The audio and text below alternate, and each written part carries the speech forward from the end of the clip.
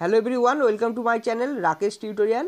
আজ আমি একাদশ শ্রেণীর সেকেন্ড সেমিস্টারের মানব বিকাশ এবং সম্পদ পরিচালনার পারুল প্রকাশনী বইয়ের ষষ্ঠ অধ্যায়ের অর্থাৎ ইউনিট 6-এর যে সমস্ত অনুশীলনী প্রশ্ন রয়েছে সেগুলো নিয়ে আলোচনা করব। ইতিপূর্বেই তোমরা জানো যে খাদ্য পুষ্টি অধ্যায় থেকে প্রথম, দ্বিতীয়, তৃতীয় অধ্যায় আলোচনা করা হয়েছে। আজকে ইউনিট 6-এর স্বাস্থ্যবিধি ও কল্যাণময়তা, এখান থেকে প্রথম অধ্যায়, দ্বিতীয় অধ্যায় ও তৃতীয় অধ্যায়ের অনুশীলনী যা যা প্রশ্ন রয়েছে সেই সমস্ত প্রশ্ন নিয়ে আলোচনা করব। তোমরা ভিডিওটি প্রথম থেকে শেষ পর্যন্ত দেখো। আশা করি বিন্দুমাত্র হলেও তোমাদের উপকারে লাগবে। আর তোমাদের কাছে ছোট্ট একটা রিকোয়েস্ট, যারা চ্যানেলটিকে এখনও সাবস্ক্রাইব করনি তারা অতি অবশ্যই সাবস্ক্রাইব করো। আর যারা চ্যানেলটিকে আগে থেকে সাবস্ক্রাইব করে গেছো তাদেরকে অসংখ্য ধন্যবাদ। আর যদি ভালো লেগে থাকে তাহলে লাইক করো, কমেন্ট করো যারা কোথাও অবস্থা হচ্ছে, আর বন্ধুদের মধ্যে প্রচুর পরিমাণে শেয়ার করো। তাহলে চলো শুরু করা যাক আজকের আলোচনা। পেজ নম্বর 84, দেখো এখানে এস দিয়েছি, 2 নম্বর করে থাকবে এগুলো। এক, স্বাস্থ্যের সংজ্ঞা দাও। স্বাস্থ্যের বিভিন্ন ক্ষেত্রগুলো কী কী? দৈহিক স্বাস্থ্য বলতে কী বোঝো? এখান থেকে 1, 2, 3, 4, 5 মোটামুটি তোমরা এখানে দেখে নাও একবার। 85 থেকে 87-এর মধ্যে সব প্রশ্নের উত্তর রয়েছে, বইয়ের মধ্যেই উত্তর করে দেওয়া আছে, তোমরা একবার দেখে নাও। 85 থেকে 87 পেজ আমি পরপর তোমাদের দেখাচ্ছি। এখানে S1, S2 বইয়ে লেখা আছে, S3, S4, S5, S6, আবার দেখো এদিকে S7, 8। যাদের বই আছে তো ভালো, আর যাদের কাছে বই নেই তারা স্ক্রিনশট নিয়ে নাও। পারুল প্রকাশনী বই নিঃসন্দেহে ভালো, খুব সুন্দর করেছে এবারে উত্তর, প্রশ্ন উত্তর ছেলে মেয়েদের ক্ষেত্রে অনেক সুবিধা হবে পড়ার জন্য। তাছাড়া খুব সুন্দর ভাষায় লেখা আছে, খুব কঠিন নয়। আমি তোমাদের পরপর দেখিয়ে যাচ্ছি, তোমরা শুধু দাগ দিয়ে নাও কোনটা কী রয়েছে উত্তর। 30 পর্যন্ত দেখে নাও, 30টা এসে ছিল। এ দেখো, স্বাস্থ্যের সংজ্ঞা দাও। সুস্বাস্থ্যের দিক নির্দেশকগুলি কী কী? সুস্বাস্থ্যের যে কোনো দুটি নির্দেশক সম্পর্কে লেখো। তারপর 2 নম্বর, 3 নম্বর, 1, 2, 3 পেজ নম্বর 88 রয়েছে। দেখো এখানে C1 বলে লিখেছি আমি। C1 প্রথমের অ্যান্সারটা এখানে রয়েছে, তারপরে অ্যান্সার দেখে নাও। এটা পরপর 3টে প্রশ্নের উত্তর সুন্দরভাবে দেওয়া আছে। এমনকি C4, C4 দেখে নাও, 34-এ যেটা রয়েছে। আবার C5-এ দেখো, C6-এও রয়েছে। সব উত্তর পুরো পরপর দেওয়া রয়েছে বইয়ের মধ্যে। C7 থেকে বইয়ে খুব একটা দেওয়া নেই। C7 দেখো, স্বাস্থ্য পরিষেবা বলতে কী বোঝো? স্বাস্থ্য পরিষেবা ব্যবস্থাতে যে যে উপাদানগুলি অবশ্য প্রয়োজন তা লেখো। পেজ নম্বর 78 দেখে নাও, স্বাস্থ্য পরিষেবা কাকে বলে। এখান থেকে এই পর্যন্ত লিখলে ভালো, যেহেতু 2 নম্বর আছে। আর স্বাস্থ্য পরিষেবার উপাদান এখান থেকে শুরু হবে, পরের পেজে রয়েছে। এই যে এই কটা মোট 9টা পয়েন্ট রয়েছে। এরপরে দেখো, স্বাস্থ্য পরিষেবা কারা প্রদান করেন, কোন কোন পর্যায়ে স্বাস্থ্য পরিষেবা দেওয়া হয়ে থাকে ব্যাখ্যা করো। পেজ নম্বর 79 আর 78-এ রয়েছে স্বাস্থ্য পরিষেবার প্রদানের বিভিন্ন পদ্ধতি। উত্তর দেখে নাও। Primary care, secondary care, tertiary care. আর রয়েছে স্বাস্থ্য পরিষেবা প্রদানকারী জিনিসগুলো কী কী রয়েছে। পরে পেজে দেখো, আমাদের স্বাস্থ্যকে কোন কোন বিষয় প্রভাবিত করে, যে কোনো দুটি বিষয় ব্যাখ্যা করে। পেজ নম্বর 80 সুস্বাস্থ্যের প্রভাবগুলো দেখে নাও। এখানে এই পেজেও একটু রয়েছে যে কী কী রয়েছে, একটু এগুলো শর্টে লিখলে তারপরে তোমরা এদিকে এগুলো বিস্তারিতভাবে একটু আলোচনা করবে। পুরোটা লিখতে হবে, নিজের মতো লিখবে। এমনকি এগুলো তোমাদেরকে লিখতে হবে, ঘুম সব লিখতে হবে, পরিষ্কার পরিচ্ছন্ন পোশাক সব ছোটো করে লিখবে, বেশি বড় করে লেখার দরকার নেই, নিজের ভাষায় লিখবে। এগুলো লিখতে হবে। তামাক ও মাদকজাত দ্রব্য বর্জন, মানসিক চাপ নিয়ন্ত্রণ, ঠিক আছে, এই পর্যন্ত লিখলে মোটামুটি হয়ে যাবে। এরপরে দেখো যে পরের কোশ্চেন দেখে নাও, 10 নম্বর কোশ্চেন। আগে দুটো ছিল, অতগুলো পয়েন্টের মধ্যে যে কোনো দুটো বললে হয়ে যেত। নিয়মিত ব্যায়াম ও উপযুক্ত বিশ্রাম কীভাবে আমাদের সুস্বাস্থ্য বজায় রাখতে সাহায্য করে। পেজ নম্বর 80, 81 দেখে নাও। নিয়মিত শরীরচর্চা, আর হচ্ছে পর্যাপ্ত ঘুম। এরপর দেখো মানসিক চাপ নিয়ন্ত্রণের জন্য কী কী পদ্ধতি অবলম্বন করা উচিত বা করতে হবে, পেজ নম্বর 82। এখানে মানসিক চাপ নিয়ন্ত্রণ কীভাবে করতে হবে। এর পরে কোশ্চেন দেখো, ঘুম ও বিশ্রামের প্রয়োজনীয়তা কী, বিশ্রামের নিয়মাবলী লেখো, পেজ নম্বর 81। 10 আর 12 একই অ্যান্সার। তাহলে এখানে নিয়মিত শরীরচর্চা কেন প্রয়োজন আর শরীরচর্চা করার সময় কী কী নিয়ম অনুসরণ করতে হবে, পেজ নম্বর 80 81। নিয়মিত শরীরচর্চা করার সময় কী কী নিয়ম পালন করতে হবে। এরপর আমি নেক্সট পার্ট অর্থাৎ দ্বিতীয় অধ্যায় নিয়ে আলোচনা করব। দ্বিতীয় অধ্যায় রয়েছে স্বাস্থ্যবিধি এবং স্যানিটেশন। অনুশীলনী প্রশ্নের উত্তর রয়েছে। অনুশীলনী যে সমস্ত প্রশ্ন রয়েছে সেগুলো একবার দেখে নাও কী কী রয়েছে। পেজ নম্বর 101-এ রয়েছে। ফার্স্ট কোশ্চেন দেখো, স্বাস্থ্যবিধি বলতে কী বোঝো, ব্যক্তিগত স্বাস্থ্যবিধি কী, ব্যক্তিগত স্বাস্থ্যবিধি রক্ষার দুটি উদ্দেশ্য, চোখে উপযুক্ত যত্নের অভাবে কী কী সমস্যা দেখা দিতে পারে, চোখে জোরে জলে ঝাপটা দেওয়া উচিত নয় কেন।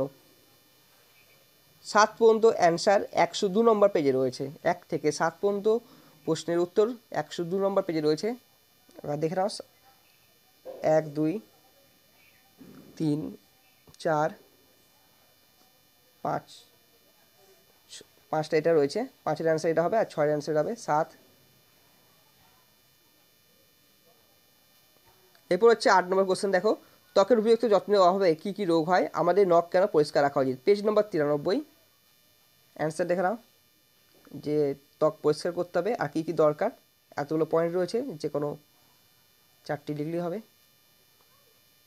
এরপর দেখো চুলের যত্ন করার জন্য কী করতে হবে, পেজ নম্বর 94। চুলের যত্নের জন্য কী কী করতে হবে দেখে নাও, অনেকগুলো পয়েন্ট রয়েছে।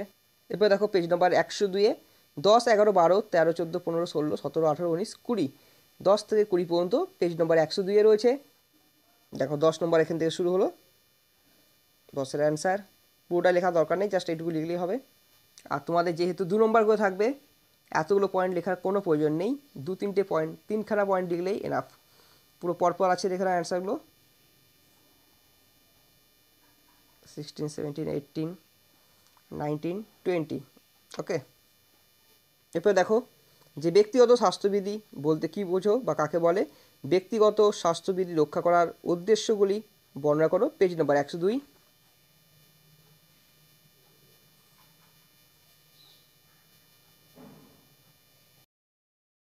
পর প্রশ্ন ছিল ব্যক্তিগত স্বাস্থ্যবিধি বলতে কী বোঝো, এখান থেকে এইটুকু আর এখান থেকে এইটুকু লিখলেই হবে। আর ব্যক্তিগত স্বাস্থ্যবিধি রক্ষার 4টি উদ্দেশ্য পুরোটা লিখতে হবে, 4টি উদ্দেশ্য লিখবে। D1-এর কোশ্চেন অ্যান্সার হলো এটা।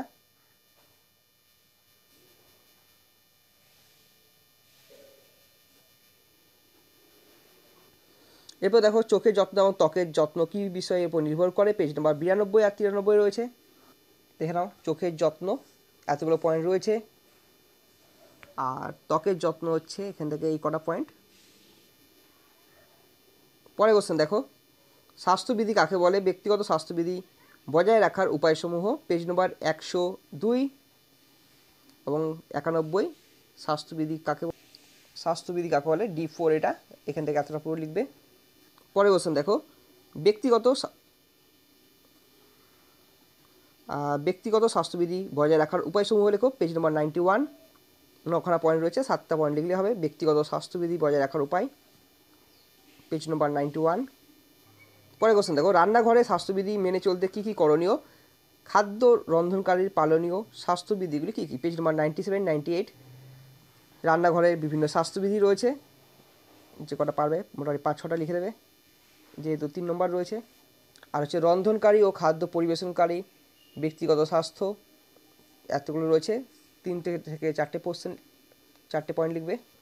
পরে কোশ্চেন দেখো, পেজ নম্বর 94-এ রয়েছে পরিবেশকে স্বাস্থ্যকর রাখার জন্য কোন কোন বিষয় মেনে চলতে হবে, পেজ নম্বর 94। অ্যান্সার দেখে নাও, আমাদের পরিবেশকে স্বাস্থ্যকর রাখার জন্য, যেহেতু এখান থেকে এতটা ইন্ট্রো দেবে আর এখান থেকে এইটুকু ইন্ট্রো দেওয়ার পরে তারপরে লিখবে যে আমাদের পরিবেশকে স্বাস্থ্যকর রাখার জন্য কতকগুলি বিষয় মেনে চলতে হবে, সেগুলি নিম্নরূপ বা সেগুলি আলোচনা করা হলো।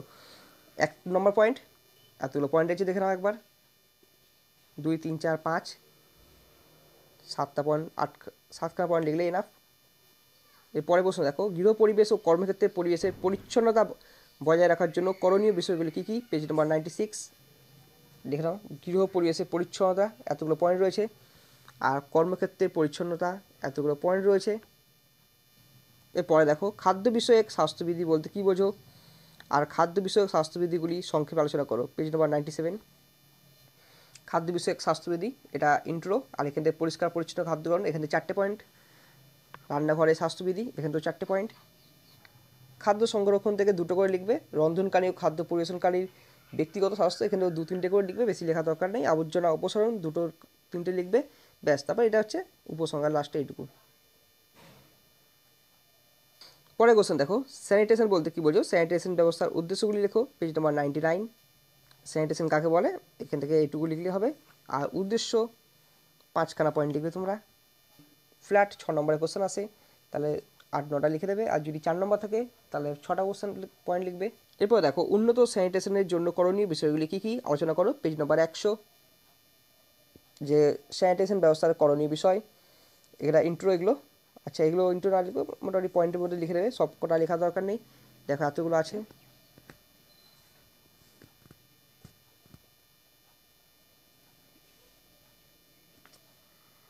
এরপর আমি ইউনিট 6-এর 3য় অধ্যায় নিয়ে আলোচনা করব। দেখো এখানে যে পেজ নম্বর 111-তে রয়েছে স্বাস্থ্যবিধি ও কল্যাণময়তার 3য় অধ্যায় বা 3য় পাঠ, 1, 2, 3, 4। এখানে 1 থেকে শুরু করে 16 পর্যন্ত সবকটাই রয়েছে পেজ নম্বর 112 থেকে শুরু করে 113 পর্যন্ত। এমনকি 17 থেকে শুরু করে 26 পর্যন্ত সব প্রশ্নের উত্তর রয়েছে 113 আর 112-13 নম্বর আর 14 নম্বর পেজে। আর 27, 28, 29 এটা আমি তোমাদের একটু পরে দেখিয়ে দিচ্ছি। 1 নম্বর দেখো, এখানে 1 থেকে শুরু করে 6 যা যা অ্যান্সার রয়েছে, এটা খুব সুন্দর সাজিয়ে গুছিয়ে অ্যান্সার দেওয়া আছে। পরে দেখো এই পার্টটা,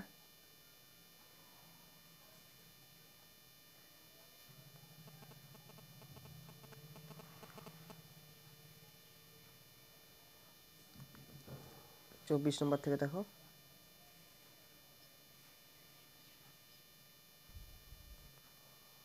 এরপর দেখো যে রয়েছে ওয়াটার পিউরিফায়ারের সুবিধা কী কী বা কী, 110 নম্বর পেজে রয়েছে এটা।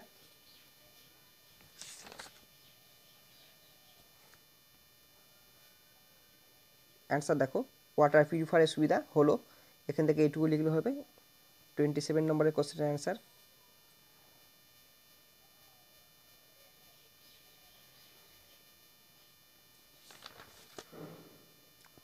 দেখো সৌর পরিশোধন কি, পেজ নম্বর 111।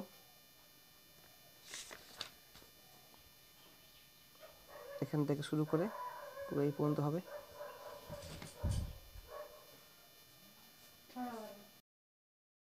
এরপরে কোশ্চেন দেখো, জলে ভাসমান অবিশুদ্ধ পদার্থগুলি কি কি, পেজ নম্বর 109।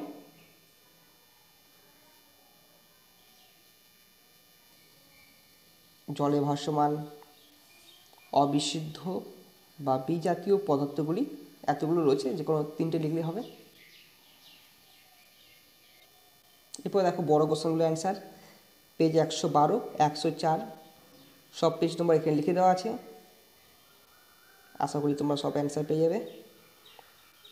তাহলে এই ছিল আমাদের আলোচনা, দেখা হচ্ছে নেক্সট ভিডিওয় নতুন কিছু টপিক নিয়ে।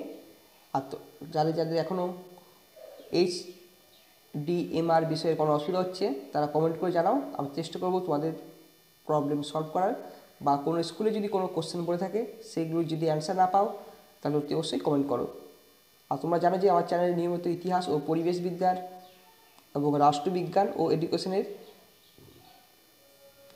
ভিডিও পাবলিশ করা হয়ে থাকে।